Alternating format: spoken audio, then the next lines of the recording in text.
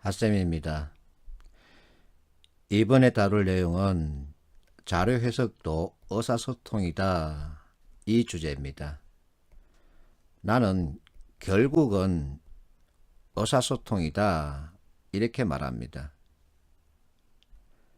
자, 며칠 전에 빡통 소리를 들은 학생이 이 문제를 그 사이트에 올려주고는 그렇다면 기억니은 띠꺼리열도 계산하지 않고 판단할 수 있느냐 하고 물었습니다.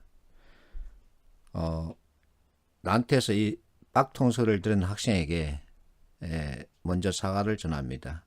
내가 좀 과격하게 표현을 했죠.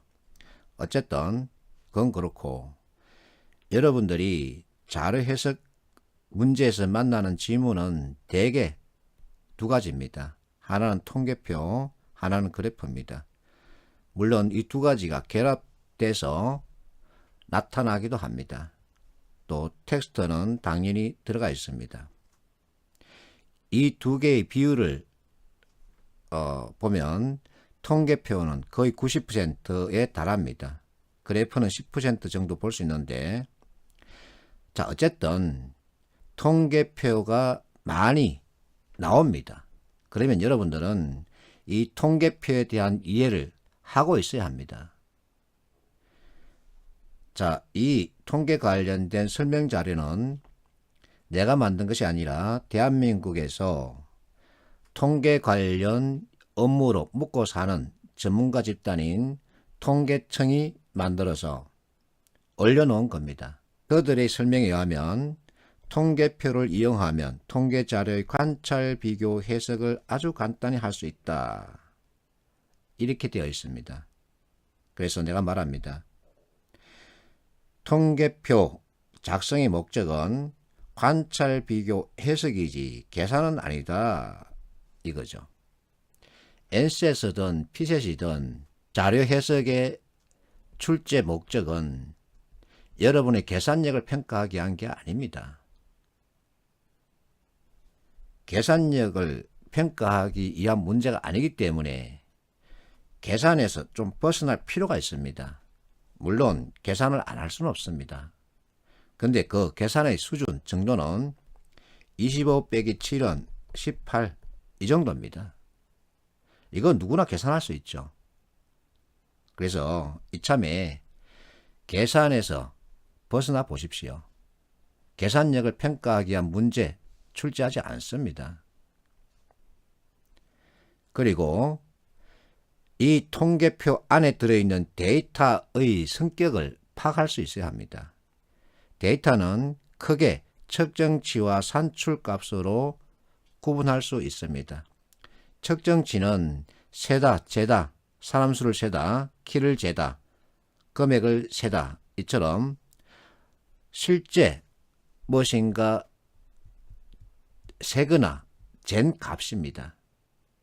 산출값은 측정치를 가지고 무엇인가 공식에 따라서, 즉 분모와 분자의 관계에 따라서 측정치를 이 공식에 대입했을 때 나온 값, 이것을 말합니다.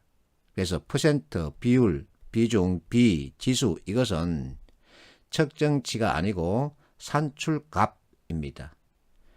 측정치와 산출값이란 이 용어는 내가 만들었느냐? 아닙니다. 측정치는 국어사전에도 나와 있습니다. 산출값은 엑셀 관련 설명 자료나 비율 관련 설명 자료에 꼭 들어가 있습니다. 찾아봐 보십시오.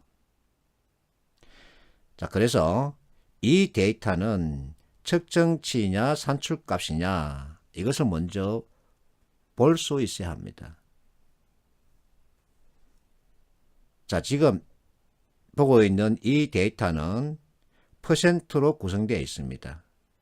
자, 이 데이터를 가지고 A와 B가 해석하고 있다고 가정할게요. A는 사람들은 그 시간대에 무엇을 하러 하루 15번 다닌다. B는 사람들은 주로 그 시간대에 무엇을 하러 가는 편이야. 어느 게 옳을까요? A는 15번이라는 횟수를 언급하고 있고, B는 주로 그렇다라는 표현을 사용하고 있습니다. 어느 게 맞을까요? A는 아닙니다. B입니다. 왜? 퍼센트로 구성되어 있기 때문이죠. 이것을 볼 줄 알아야 합니다. 그래서 의사소통이라는 겁니다.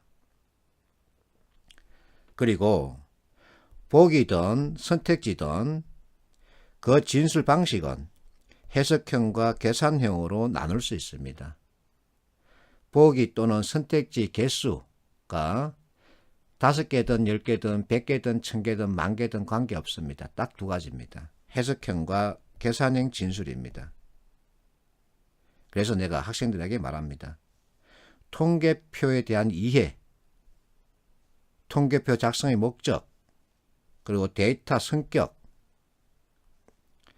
이 데이터 성격에 따른 해석, 그리고 선택지든 보기든 그 진술 표현 방식에 대한 이해, 이것만 알아도 답은 충분히 찾는다 라고 말합니다. 그러면 이 문제 풀어보겠습니다. 자, 이 문제 체크 포인트는 제목, 단위, 그리고 비율의 합입니다. 이거 꼭 파악해야 합니다. 마지막으로 각 항목별 비율의 합이 전체와 같은지 여부입니다. 여기서는 다릅니다. 앞에서 내가 이 데이터는 측정치가 아니라고 했습니다. 자, 이렇게 여러분들이 파악했으면 이제 나는 관찰, 비교, 해석 관점에서 문제를 풀겠습니다. 즉 계산은 하지 않겠습니다. 자, 기억을 보십시오. 업무 목적이랍니다. 비율이 가장 높은 시간대, 숫자 크기를 보는 거죠. 체크했습니다. 전체 통행 횟수랍니다. 자, 전체 통행 이 횟수를 비교하는 건데 동일 항목에서의 비율이 합이 100이기 때문에 이 숫자 크기는 곧 횟수를 뜻합니다. 즉 횟수가 많다 이 말입니다. 횟수가 100이라는 얘기는 아닙니다. 횟수가 가장 많습니다. 그래서 동일 시간대 같으네요. 답은 진술은 옳습니다. 니은 보세요. 1일 통행 목적별 통행 횟수는 업무 쇼핑 여가순이다. 자, 순서를 정하라는 얘기입니다. 이 니은 진술을 판단하기 위해서는 우리가 무엇을 봐야 할까요? 아니면 어떤 개념을 들이댈 수 있을까요? 여기서는 비중이라는 개념입니다.